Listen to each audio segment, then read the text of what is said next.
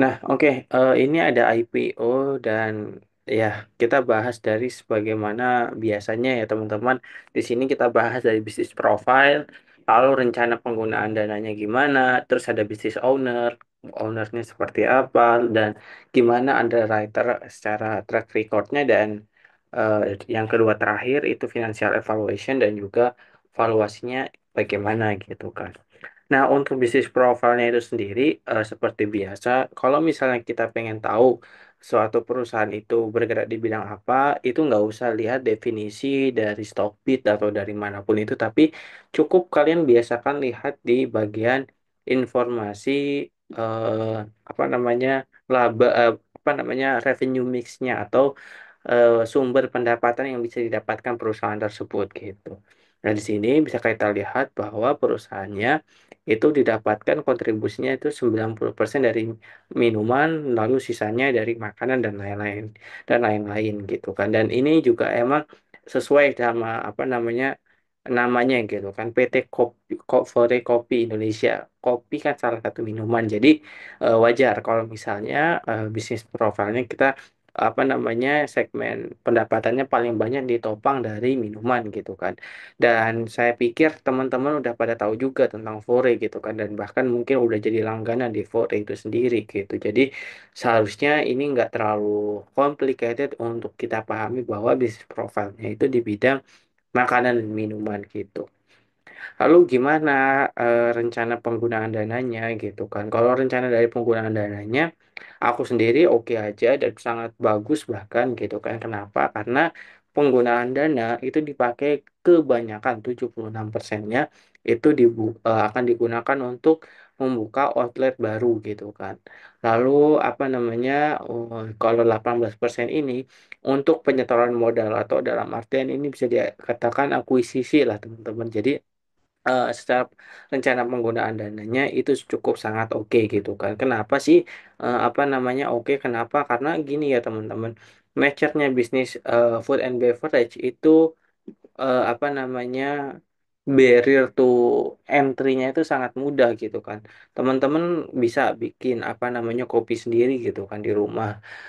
Apa namanya ya kalian tanam kopi terusan bijinya langsung diolah langsung diminum kopinya bisa gitu kan, atau enggak kalian beli Nescafe ya harganya 2.000 gitu ke 3.000 gitu kan, terus kalian minum langsung gitu kan kopinya itu juga bisa gitu kan. Jadi barrier to entry-nya itu sangat ini teman-teman sangat mudah gitu kan. Dan ini untuk mengatasi hal tersebut itu langkah strategisnya dari manajemen itu bisa menggunakan apa namanya membuka outlet baru. Kenapa fungsinya ya? Karena bisa menjangkau masyarakat tersebut gitu. Jadi saya pikir dari rencana penggunaan dananya sangat oke, tapi dari segi bisnis profilnya itu nggak cukup oke. Kenapa ya? Karena apa namanya? Kalau orang bodoh, orang apa namanya, bahkan anak SMP atau SD pun bisa gitu kan bikin kopi gitu kan. Karena ya semudah itu gitu. Karena ya ini bisnis kopi kayak gitu gampang lah apa namanya, dan kalian juga tahu lah kalau misalnya kalian di kota gitu kan kalian nemu kafe gitu kan, kafe nggak cuma satu dua gitu kan, banyak gitu kan. Jadi ini tuh apa ya, terlalu banyak satu rated gitu kan apa namanya ya lahannya gitu. Nah, kita coba lihat nih dari bisnis ownernya gitu kan teman-teman. Singkatnya, ini bisnis ownernya itu kan gini teman-teman. Kita lihat dari kepemilikan yang ada gitu kan. Fore dimiliki sama OCI sama FHPL gitu kan. Di balik orang-orang ini kan FHPL itu masih dari entitas ya teman-teman, nama perusahaan. Tapi kita masih belum tahu nih di balik FHPL itu siapa gitu kan. Sama di balik OCI juga sama gitu kan. Ini siapa gitu kan. Jadi eh ternyata di balik FHPL itu ada beberapa perusahaan-perusahaan yang apa namanya di dalamnya lagi gitu kan. Di sini kalian bisa lihat bahwa apa namanya eh kepemilikan dari perusahaan Fore itu bisa disimpulkan bahwa dia itu ter eh, apa ya ya tersebar terdistribusi ya teman-teman bahasanya, sama kepemilikan di beberapa perusahaan lainnya gitu kan. Jadi Fore ini semacam kayak apa namanya ya kita ya kita bangun, lu kenal X, kita bangun bekerja sama gitu kan. Jadi ini ya saya pikir sih ini nggak cukup bagus ya teman-teman. Kenapa? Karena kalau misalnya dari struktur bisnis yang seperti ini, rasa-rasanya agak susah untuk bisa bergerak lebih cepat karena ya mereka harus banyak meeting untuk bisa melakukan ataupun apa namanya merumuskan suatu strategi yang sangat bagus gitu kan. Jadi mereka ini apa namanya ya aku sendiri kurang suka dengan hal yang seperti ini gitu kan. Tapi di balik perusahaan ini itu walaupun memang kita bisa belum tahu ya siapa di baliknya, di balik Ganesha Street Ltd, OCI dan yang lain-lain itu kita kan nggak tahu ya teman-teman. Tapi secara keseluruhan kalau misalnya kita lihat dari direksinya, dewan komisaris dan juga direksi dan yang lain-lain itu cukup bagus teman-teman. Mereka apa namanya diisi dengan orang-orang yang kompeten dan ya cukup sejalan dengan bisnisnya gitu kan teman-teman. Contohnya nih ya teman-teman kita ambil satu aja Dewan Komisaris Utama di sini mereka apa namanya jam terbangnya juga cukup bagus ya teman-teman di sini founders dan yang lain-lain gitu kan dan apa namanya saya pikir sih dengan adanya apa namanya dengan adanya pengalaman yang bagus itu juga bisa bikin bisnisnya juga bagus gitu kan. Nah, direksi utamanya juga sama, teman-teman. Di sini mereka juga dulunya ini bisa kalian lihat bahwa eh, sejalan lah dengan bisnisnya gitu kan. Dulu di Jeko gitu kan, terus Dunkin Lestari gitu kan. Max Coffee dan Kin Lestari lagi dan yang lain-lain. Jadi pokoknya sih apa namanya dari segi owner yang yang mengelola perusahaan ini cukup bagus gitu ya teman-teman. Tapi dari sisi lain dari struktur dari kepemilikannya itu kurang bagus. Kenapa? Ya karena terdistribusi dimiliki oleh beberapa orang gitu. Nah, tapi gimana dari segi testimoni orang-orang terkait apa namanya terkait apa ya produk dari si Fore ini gitu kan teman-teman. Nah, kalau misalnya kita lihat ya teman-teman, ini aku ambil contoh screenshotan aja. Kalian bisa cek juga di beberapa Fore yang lainnya ya, teman-teman. Kayak misalnya ini Fore di Kaliurang itu bagus-bagus gitu kan teman-teman. Apa feedbacknya? Dan ini juga aku ambil screenshot dari Jakarta. Kalau yang di kanan ini dan semuanya kasih review-review yang cukup bagus gitu kan entah ini dibayar atau tidak apa namanya aku sendiri pernah ngerasain gitu kan kalau minum Fore matcha kopi gitu kan itu cukup enak-enak aja gitu kan tempatnya juga nyaman pembayarannya juga aman gitu kan cepet gitu kan terus layanannya juga cukup oke gitu kan jadi secara produk ini emang bagus gitu kan terus juga ya bisa kita lihat juga dari segi review orang-orang juga ini cukup bagus gitu kan. So bisa disimpulin bahwa apa namanya manajemen perusahaan mengelola bisnis yang saturated, tapi walaupun begitu apa namanya bisnis tersebut itu bisa diminati oleh masyarakat gitu. Nah, gimana kalau misalnya underwriternya? Jujur, kalau Mandiri Sekuritas itu ngebawa suatu saham itu kurang bagus ya teman-teman. Ini setidaknya kalau nanti plus H plus IPO itu apa namanya? Kalau sampai ARB kayaknya enggak gitu kan teman-teman. Tapi apa namanya? Ini contohnya dulu MD yang sangat fenomenal dibawa turun terus dinaikin lagi gitu kan. Terus UP juga sekarang sama dimainin terus harganya gitu kan di angka IPO-nya gitu. Jadi bisa disimpulin bahwa Mandiri Sekuritas ini sepertinya apa namanya pengen nge-maintain harga aja gitu kan, mainin dia maintain harga aja gitu. Nah, terus kalau HP kita tahu banget lah, HP itu salah satu apa namanya, salah satu sekuritas yang paling fenomenal gitu kan. Dia bisa ngebawa suatu perusahaan itu arah berkali-kali lipat gitu kan. Jadi kalau misalnya nih Hena Sekuritas sekarang itu nggak bisa bikin saham apa namanya atau nge-maintain harga saham itu sampai hijau bahkan arah itu bakal menjadi track record yang kurang bagus gitu kan untuk perusahaannya gitu kan. So bisa disimpulin bahwa pertama Mandiri Sekuritas kurang bagus tapi rasa-rasanya andaikan Mandiri Sekuritas ini dia nggak jual aja gitu kan Terus ya Henan ngejagain gitu. Harusnya sih bisa gitu kan untuk apa namanya ijo gitu di sini. Nah, gimana secara finansial performance-nya? Ini sungguh bagus banget gitu kan teman-teman. Kalian bisa lihat bahwa dulu 107 miliar gitu kan, terus naik ke 286 miliar, terus ini 2023 udah 482 miliar, per September per 9 bulan itu udah melebihi dari angka tahunan 2023 gitu kan. Nah, ini fenomenal banget gitu Pak. Tapi kita jangan lihat angka seperti itu. Kita harus tahu dulu juga kenapa angka ini bisa naik juga sangat signifikan gitu. Nah, ternyata apa namanya kenaikannya itu enggak organik. Kenaikannya itu inorganik. Jadi dia melakukan ekspansi gitu kan, teman-teman. Di sini kalian bisa lihat bahwa dulu cuma 96 store-nya, 122, 171, lalu naik hampir dua kali lipat jadi 216. Jadi kenaikannya itu cukup apa ya namanya teman-teman, kenaikannya kayak signifikan banget ini. Persis apa namanya mirip sama Mister DIY gitu kan, Mister Dai gitu kan. Dia oke gitu kan. Eh, Secara keuangan looks good gitu kan, naik terus gitu kan. Tapi kalau misalnya Forex, iya sama, Forex juga naik terus gitu kan secara keuangan. Ini juga ditopang sama jumlah outlet yang dari tahun ke tahun itu mengalami kenaikan yang signifikan itu sendiri gitu.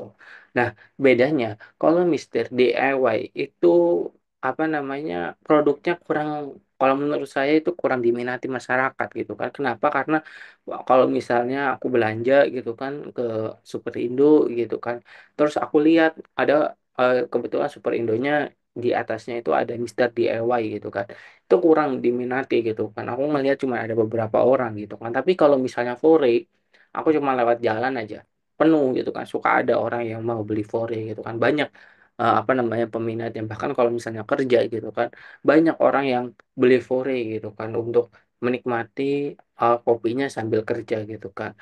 Dan kalian juga bisa lihat triple S G-nya juga dari tahun ke tahun itu di angka 2 digit, dan ini menandakan bahwa perusahaannya itu sangat bagus teman-teman. Jadi coba kalian searching aja apa sih triple SC itu, gimana gitu kan interpretasinya. Jadi intinya itu kalau misalnya pengen tahu detail coba cari, tapi intinya kalau semakin tinggi angka triple SG-nya itu semakin bagus gitu. So, teman-teman, apa namanya, kita lihat dan dari yang apa namanya financial performance dari segi income statementnya, lalu gimana dari segi balance sheet-nya gitu kan, teman-teman. Nah, di sini kalian bisa lihat bahwa ini tuh ditopang sama liabilitas jangka pendeknya gitu, dan ini sebenarnya kurang bagus gitu kan, teman-teman. Kenapa? Karena perusahaan kalau misalnya liabilitasnya itu terlalu tinggi, dan apalagi ini perusahaan FMCG, berarti ya itu menandakan bahwa utangnya juga cukup tinggi gitu kan. Walaupun liabilitas is not equal to apa namanya utang, debt gitu kan, tapi kalau terlalu tinggi juga cukup enggak begitu bagus juga gitu kan, teman-teman. Contohnya tahun 2021 dia equity-nya negatif, tahun 2022 equity-nya juga ah iya, equity-nya juga negatif. Menandakan apa? Menandakan bahwa perusahaan ini itu ditopang semuanya dari liability-nya, dan ini cukup dangerous gitu, teman-teman. Dan apa salah satu risiko yang perlu diwaspadai juga itu adalah dari segi balance sheet yang di sini gitu kan. Kalau misalnya ini negatif terus, itu menandakan bahwa uang kalian itu dirampok lah bahasanya gitu kan, dirampok. Kalau misalnya ini misalnya ya teman-teman, dirampok sama si perusahaan tersebut untuk dibayarkan buat membayar hutangnya gitu, teman-teman. Dan ini kurang bagus, tapi bagusnya di tahun 2023 equity-nya berubah menjadi positif gitu kan, teman-teman. Kok bisa gitu kan, bisa berubah menjadi equity-nya positif gitu kan, teman-teman. Nah, itu kalau misalnya dilihat itu ternyata udah ada penyetoran modal, dan juga dari perusahaan itu sendiri udah membukukan laba gitu kan, teman-teman. Nah, walaupun masih eh, nah ini teman-teman bisa kalian lihat bahwa dulu itu rugi terus yang di sini tahun 2022 sama tahun 2023. Kenapa kok bisa rugi? Ya karena apa namanya harus ada utang, apa namanya kan gini ya teman-teman. Penjualan dulu, atau habis itu COGS, habis itu laba bruto gitu kan, gross profit margin. Nah, laba operasional itu juga cukup. Nah, ini nih teman-teman. Laba operasional itu kayak marketing biasanya. Nah, terus apa namanya penyesuaian rugi, performa dan yang lain-lain itu kan, yang itu biasanya itu dibayarin buat bayar-bayar hutang gitu kan teman-teman. Dan dia karena ininya cukup tinggi buat bayar hutangnya, jadinya ininya negatif gitu ya teman-teman, apa laba bersihnya.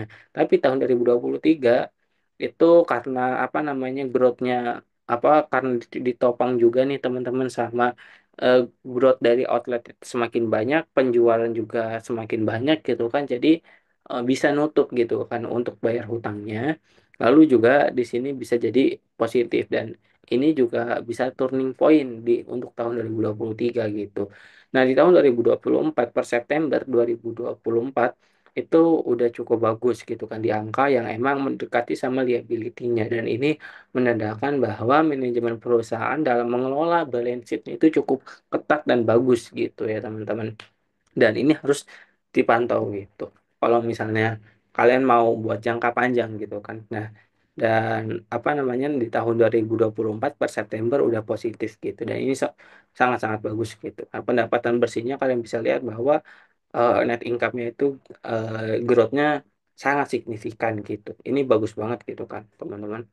Nah, gimana sekarang dari segi valuasinya ya teman-teman? Nah, ini kita ambil laba bersih per sahamnya berapa gitu kan, dan kalian bisa dapetin bahwa laba bersih per sahamnya itu di 8 perak gitu kan teman-teman. Terus kita juga dapat informasi bahwa harga penawaran itu di angka 202 sampai 160, dan kita bisa ngambil mediannya itu di angka 181 gitu kan.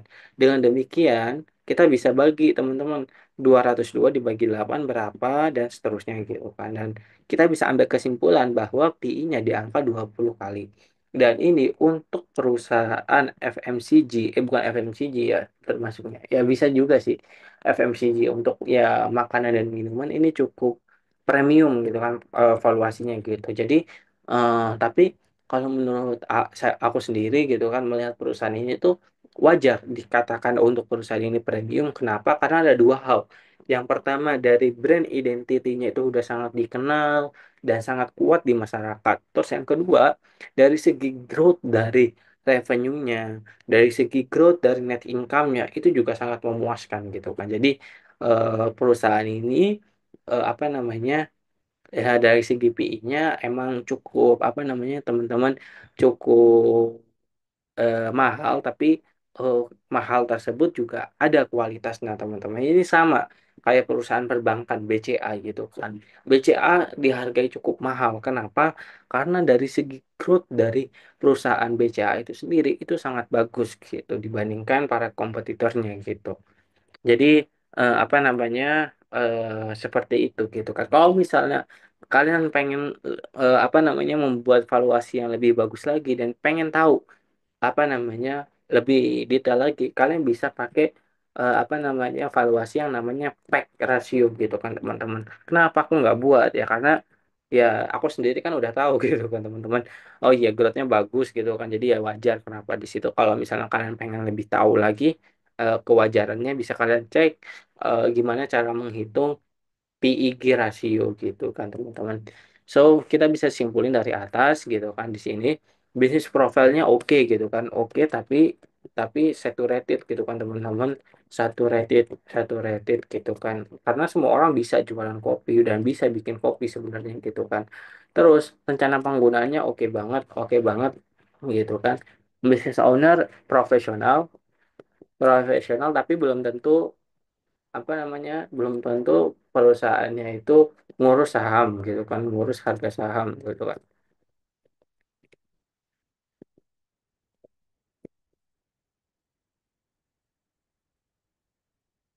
CC red flag gitu kan, CC red flag, tapi ada B bagus gitu kan, bagus growth gitu kan, growth mahal gitu. Jadi apa simpulannya, aku sendiri beli atau enggak gitu kan, aku sepertinya bakal beli gitu kan perusahaan ini. Kenapa? Karena ya aku mengiranya bahwa perusahaannya itu growth-nya bagus gitu kan. bisnisnya dikelola sama orang yang profesional gitu kan, produknya juga diminati masyarakat, terus underwriternya juga ada HP gitu kan. Masa sih HP mau bikin apa namanya gagal gitu gara-gara apa mau nge-IPO-in saham ini gitu kan. Dari segi valuasi memang kurang menarik gitu kan, tapi saya sendiri nggak bakal begitu banyak gitu kan untuk beli perusahaan seperti ini gitu kan, karena ada di perusahaan yang lain gitu kan diinvestasiin gitu kan, apalagi sekarang gitu kan banyak perusahaan-perusahaan yang murah, growth-nya bagus gitu kan, valuasinya juga lebih masuk akal gitu. Tapi apa namanya di sini aku bakal ikutan ya, cuman pengen udah dapetin apa namanya dapetin ya lumayan lah, dapet duit 100.000 200.000 mungkin gitu kan. Jadi ya kurang lebih seperti itu ya teman-teman. Barangkali kalian pengen kalian ada yang ditanyain dan yang lain-lain, silahkan.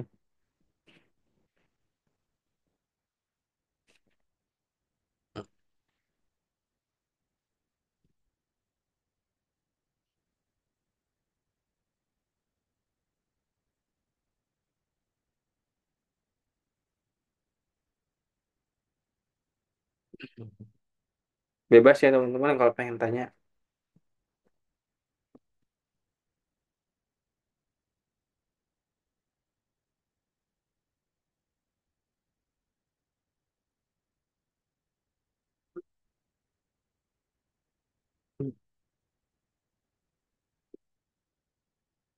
Masalah izin tanya sejauh ini masih baik kan Mas? Atau udah sih? Untuk yang mana? Aku nggak tahu. Kamu nanya apa? Sel yang mana?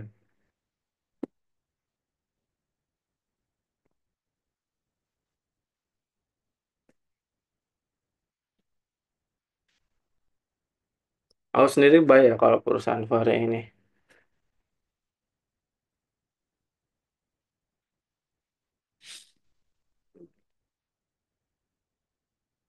Walah, aku sendiri baik sih. Aku nggak ada yang aku sell. Ngapain juga sell gitu kan? Karena ya kan kalau kita sell malah rugi gitu kan. Jadi apa namanya ada kesempatan masuk ya masuk gitu kan. Kayak kemarin pas waktu perusahaan yang aku bilang gitu kan di grup gitu kan, yang properti itu gitu kan, di harga 7.000 aku masuk, harga 8.000 aku masuk gitu kan, 9.000 aja aku masuk kemarin. Baru aja kemarin aku pas waktu di harga 9.000 aku beli 20 juta gitu kan. Jadi apa namanya ya masih megang cash banyak cukup gitu kan, karena alhamdulillah gitu kan kerja gitu, jadi ada kayak pegangan cash terus gitu kan buat nambah-nambah terus. Ya kalau mau beli perusahaan tapi beli perusahaan yang bagus ya, jangan asal beli perusahaan yang bisnisnya nggak bagus gitu kan, yang udah growth-nya udah jelek gitu kan. Karena kalau misalnya nanti habis apa namanya habis kejadian ini kelar, kalian pasti bakal harga sahamnya pasti bakal balik lagi, pasti gitu kan. Eh, Coba nih ya, aku mau share something ke kalian. Aku nggak bak,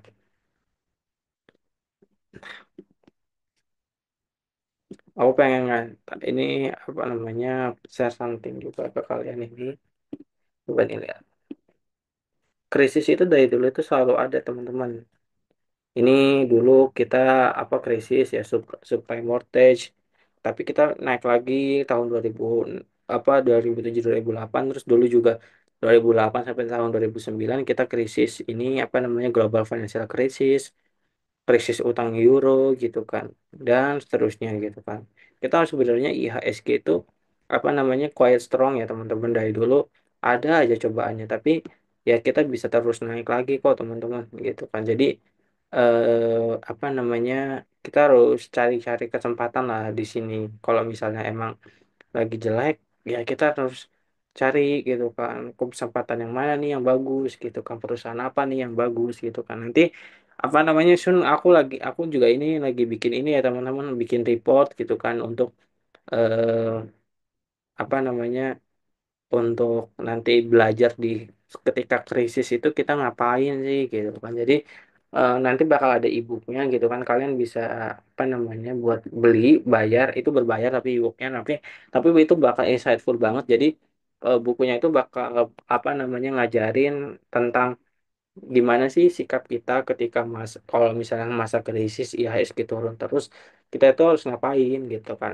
Nah itu aku lagi kaji gitu kan teman-teman, dari time frame yang panjang banget kayak tadi gitu kan, di tahun 2000 sekian itu krisis apa, lalu perusahaannya apa sih yang bisa survive gitu kan, nanti apakah itu bisa jadi kesempatan di tahun sekarang gitu. Jadi eh, nanti ditunggu aja itu lagi dibuat gitu kan apa namanya bukunya gitu. Jadi seperti itu. Jadi ya apa namanya relax aja gitu kan. As long as you apa namanya kalian pakai uang dingin gitu kan. Jadi ya nggak usah terlalu risau lah.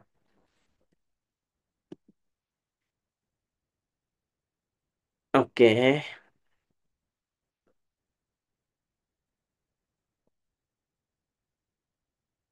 oke deh teman-teman. Apa namanya? Kalau misalnya teman-teman nggak ada lagi yang pengen ditanyain, aku tutup sekian aja. Apa namanya? Selamat Lebaran teman-teman. Oh, oke oke ini ada apa nih? Cik, cik.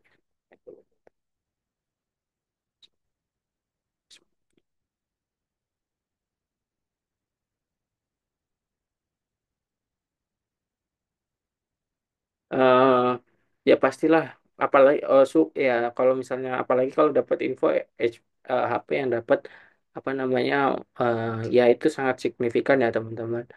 Perusahaan kita coba lihat ya ke sini ya teman-teman.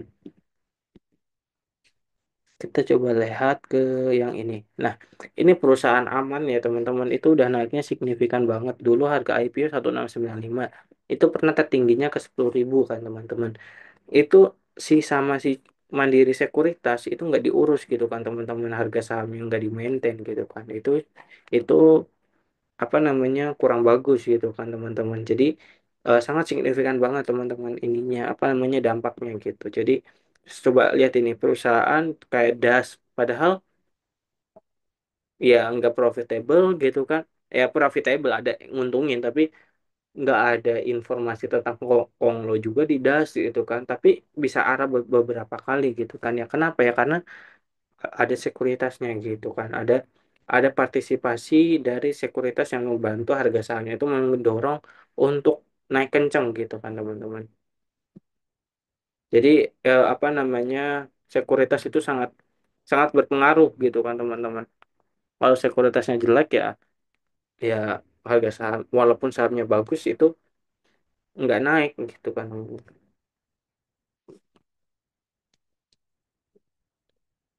Gitu sih.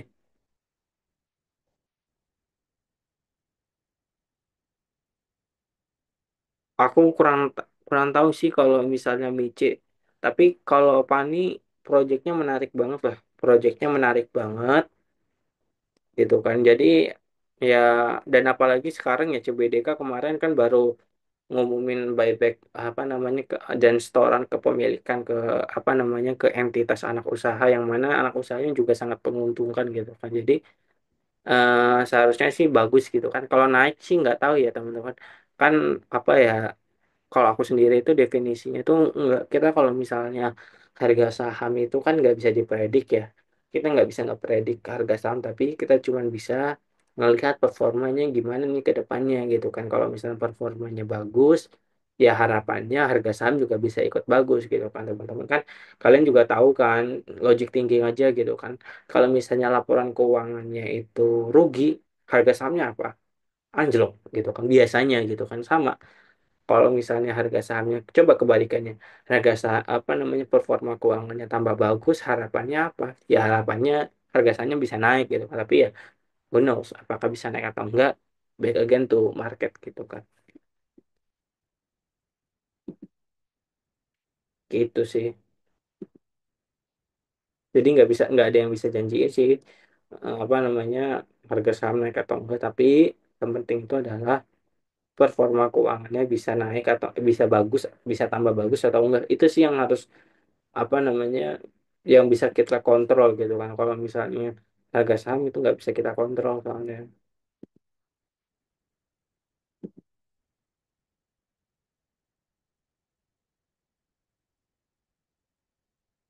Nggak juga sih, nggak juga. Banyak kok, aku nggak mau sebut lah.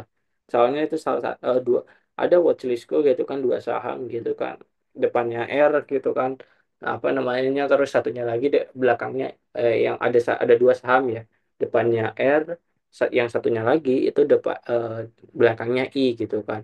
Terus ada juga nih yang apa depannya P, bukan Petro bukan Pani ya, itu juga performa keuangannya tambah bagus kok, dan harga sahamnya juga ikut bagus gitu. Jadi I cannot say that apa namanya, eh, eh, seperti itu gitu kan. B, Mandiri nggak tahu ya, kalau kemarin kan Mandiri karena dividen ya, tapi ya banyak kok, kayak misalnya apa lagi ya yang performa harga sahamnya fundamentalnya bagus tapi harga sahamnya juga ikut bagus, ada kok. Batu bara contohnya gitu kan, kalau misalnya dia laba profitnya tambah banyak gitu kan, harga sahamnya juga naik signifikan tahun 2022 tahun 2023 waktu kemarin. Jadi kalau yang apa namanya, enggak bukan Raffi. Aku nggak tahu, nggak kenal tuh dua perusahaan itu.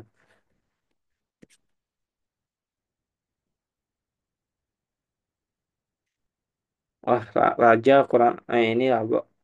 Raja itu ambles gara-gara ini kan apa namanya, momentum dari ratunya juga kurang menarik gitu kan, teman-teman. Dulu aku pernah cover tentang saham Raja gitu kan. Itu apa namanya, coba aja nanti dipantau aja tuh, apa namanya, laba bersihnya gimana, revenue-nya gimana, semakin bagus semakin harusnya sih semakin menarik gitu kan, teman-teman. Jadi ya apa namanya, enggak, jangan terlalu mikirin tentang ini sih, harga sih kalau menurutku gitu kan. Jadi kalau misalnya aku sih lebih mikirin tentang performa sih, performa keuangannya gimana nih gitu kan, tambah bagus atau tambah enggak gitu kan. Nah, kalau tambah bagus ya, ya udah tambah lagi aja terus gitu kan. Gitu sih kalau aku.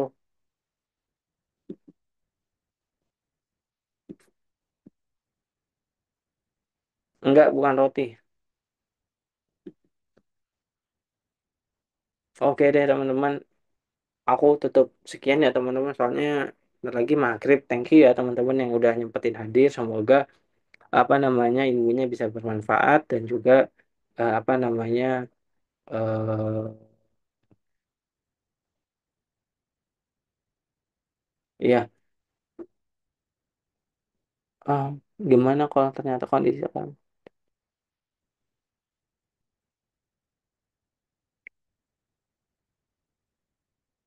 ya kan nggak ada yang tahu sih masalah di dasar atau gimana gitu kan. Jadi ya as long you buy good gitu kan, ya udah santai aja gitu kan. Eh, Berarti kamu kalau misalnya masih ada ngerasa kalau misalnya ngehold saham itu agak agak risau, berarti eh, kamu kurang riset gitu kan, tentang saham tersebut gitu. Jadi harusnya sih kalau misalnya kamu riset ya santai-santai aja sih. Kalau aku sih contohnya ya, apa namanya, eh, ya kalau aku nggak terlalu risau sih. Aku suka mantengin harga saham gitu kan, harga-harga sahamku. Tapi dia turun, aku nggak terlalu emosionalan. Ada uang aku beli, nggak ada ya udah diem aja gitu sih. Long aku beli perusahaan bagus, tenang sih aku. Ada aku masih belum komen ya, belum tahu lah. Jadi no comment.